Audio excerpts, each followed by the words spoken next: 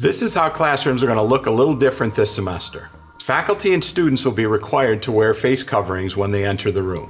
When entering the room, sanitary wipes will be available for faculty and students to clean their hands and their workspaces. For faculty, they'll clean the lectern and any technology they may use. For students, they'll clean their desks, which will already be 6 feet apart. Most spaces will have a plastic shield mounted in front of the lectern. Faculty who teach behind the lectern and the plastic shield are not required to wear a face mask. If you're in a room that does not have a lectern shield, or you need to step away from the lectern to teach, you are required to wear your college-provided face shield and maintain social distancing.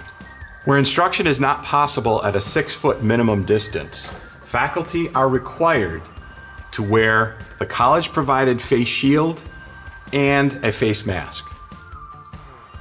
On the technology side, we've added a microphone so that the instructor's voice can be heard in the room as well as through Blackboard. And we've also added a document camera, which will display any written material as well as 3-dimensional objects, both in the classroom and online. For more information or assistance on any of the classroom technology, contact the IT Service Desk. For more information on Blackboard, see the Blackboard login page for support.